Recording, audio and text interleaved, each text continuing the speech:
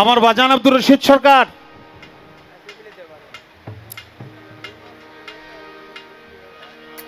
মিরপুরে একটা বয়াতি ক্লাব, শিল্পী ক্লাব, ওই ক্লাবে যে চেয়ারের উপরে বসে রয়েছে, আমি জানি না তখন মোবাইল টোবাইলও নাই, মোবাইল টোবাইলও নেই। আমি যে বাজান বসে রয়েছে, বাজারের পায়ের কাছে বসলাম, একটু পাউটাও টিভি দিলাম। বাজান কোনো গান আছে নাকি? কয় না। তো ঢাকায় কোনো কারো কাছে কোনো দরকার আছে? বাজার কয় না। আমি তাহলে মিরপুর আইছেন, তখন তো এই সিঙ্গেরের রাস্তাটা অনেক খারাপ, তারপর ওখানে ব্রিজ হয় নাই, ব্রিজও হয় নাই, যাইতে অনেক কষ্ট। আর আমি কতবার যে রাস্তা দিয়ে হাইটে ওই জোরফুল নামাই দিত গাড়িতে, এখান থেকে হাইটে আমরা এখানে আসতো। আর আমার বাড়ির থেকে আসলে তো এই 18 কিলো রাস্তা, 18 মাইল রাস্তা, এটা আমি হাইটে যাওয়া আসা, এটা আমার পান্তাবাদের পানির মতো ছিল। এটা আমি কয়েকদিন পর পরই যাইতাম আসতাম, এই হাঁটার অভ্যাস তখনও ছিল। তোবা জানেন তো এই সময় কেন আসলো? গানও নাই, ঢাকায় কোনো দরকার নাই, তাহলে বাজান আইছেন কেন? আমার বাজান কয় আবুল রে তোর একটু দেখতে মনে চাইছে, তাই তাই তোর একটু দেখতে মনে চাইছে, এই জন্য আইছি। আমি পাও দুইটা জড়ে বললাম, বাজান আমারে দেখতে বলছে যে আমারে বলতেন, খবর পাঠাইতেন, আমি নিজে যেতাম, আপনি তো কষ্ট করে আইছেন।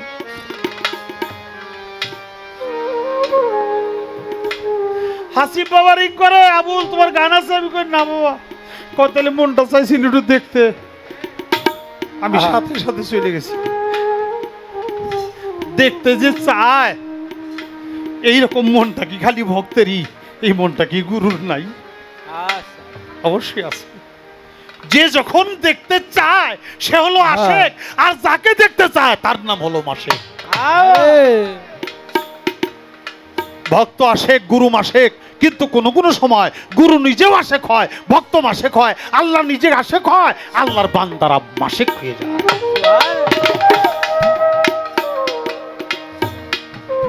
তাই অনন্ত আদি বিধাতা সে ভালো এবং মন্দের নির্দেশদাতা রসুল রূপে করছে আগমন। সে রুবুবিয়াত সঙ্গে লইয়া রেসালত প্রকাশ করিয়া মাশেক হইয়া রাখছে দোস্তের। যখন রেসালত প্রতিষ্ঠা হইল, জান্নাতের দ্বার খুইলা গেল, তখন আবার আশেক হইয়া বজই চরণ। এই নবী আবার কান্দে, আল্লাহ যত দুঃখ কষ্ট তুমি আমারে দাও, আমার গুনাহগার উম্মতরে তুমি কোনো কষ্ট দিয়ে না। গুরুও কাঁদে, আল্লাহ শাস্তি দিতে হয় আমাকে দাও, আমার কোনো ভক্তকে তুমি শাস্তি দিও না।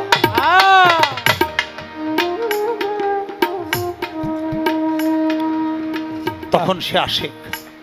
এই তিন ধারা প্রাপ্ত যারা, কোন তিন ধারা?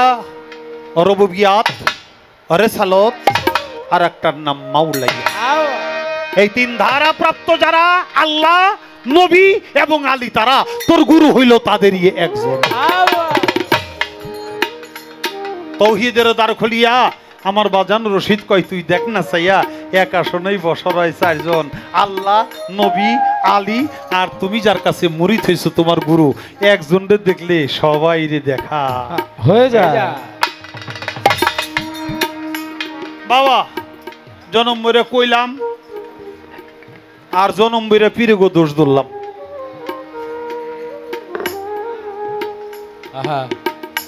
মুগ্ধা বললাম, আর জনম বইরে খালি পীরে গই দোষ ধরলাম। কারণ হইলো আমার চোখ ভালো না। আমারে কয় চোখে দিছো মেকাইলকে, সে দেখায় তাই আমি দেখি, না দেখাইলে আমি দেখতাম না। জবান দিছো জিব্রাইল, তাকে দিয়ে বলাও তাই তো আমি বলি। তাহলে যত বাজে কথা, খারাপ কথা, গালিগালাজ, এটা যে করায় জিব্রাইল, তারে ধরো। এই চোখ দিয়া কুদৃষ্টি দেয়, পরশ্রী দেখে, পরশ্রী কাতরতা হয়, পরের ধনে লোভ করে, এগুলো তো মেকাইল দেখায়, আমি তো দেখি না। বিচার করলো তুমি তাকে করো। বাবা, যে ব্যক্তি সত্যিকারে তাই করে, অর্থাৎ মেকাইল দেখায় তাই সে দেখে, জিবরাইল বলায় তাই সে বলে, সে কোনোদিন মুখে খারাপ কথা বলে না, চোখেও খারাপ কিছু দেখে না। সেই ব্যক্তি কেবল আশেক যে ব্যক্তি পৃথিবীর কোনো কিছু না দেখে শুধু তার মুর্শিদকে দেখে। আরে তার দেখাটাই হলো মিকাইল দেখায়।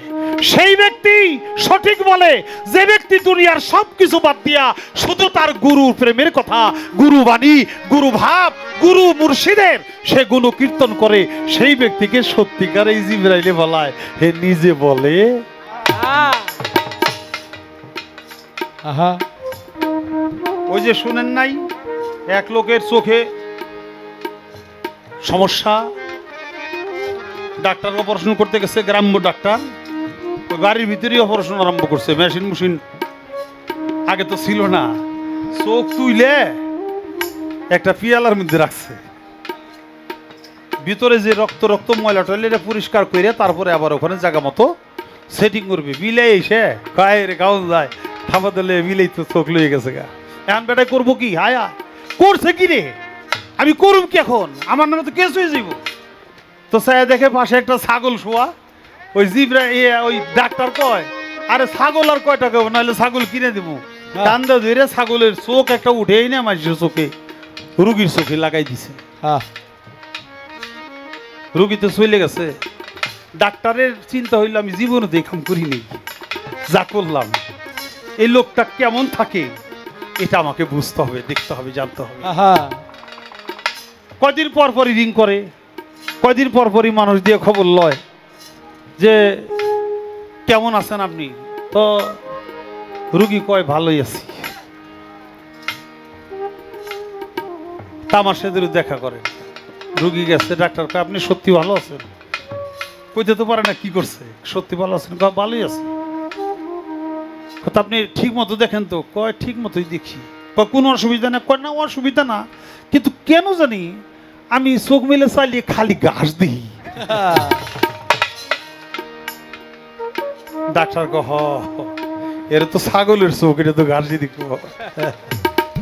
বাবা আমাকে তো ছাগলের চোখ হয়ে গেছে, এই জন্য আমরা দেখি না। না হলে এখানে কত মহামনীষী, কত সাধুগুরুরা বৈশা রইছে, যারা যাতে খোদারা হয়ে গেছে, যাকে দেখলে খোদাকে দেখা হয়ে যায়, কিন্তু আমার চোখ নাই। আমি ছাগলের চোখে জন্য খালি ঘাস দিই, ওলি আল্লাহ দেখি না।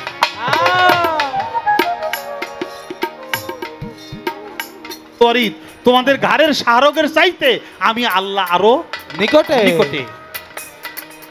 এগুলোও আল্লাহ বললো। আমি যে দিকেই চাই খালি চাই দি মানুষ, গাছপালা, বেরি বকরি, গরু বাছুর, মানে সব সৃষ্টি। যে মালিক বললো আমাকে দেখিবে, আমি তো সেই মালিককে দেখি না। তাহলে তুমি যা বললা তোমার কথা তো মিথ্যা হওয়ার কথা না। আমি তোমাকে দেখি না কেন?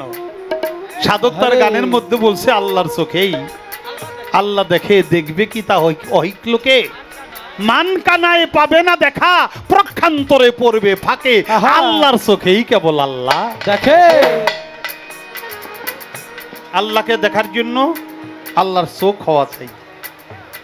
আল্লাহকে দেখার জন্য আল্লাহর চোখ যে পর্যন্ত হবে না ততক্ষণ পর্যন্ত তুমি আল্লাহকে দেখবে না। কিন্তু এটা বাহ্যিক দৃষ্টিতে বলা, পৃথিবীতে যত রকমের সুরত রূপ আছে, কোন সুরতই এটা স্থায়ী না, ধ্বংসপ্রাপ্ত।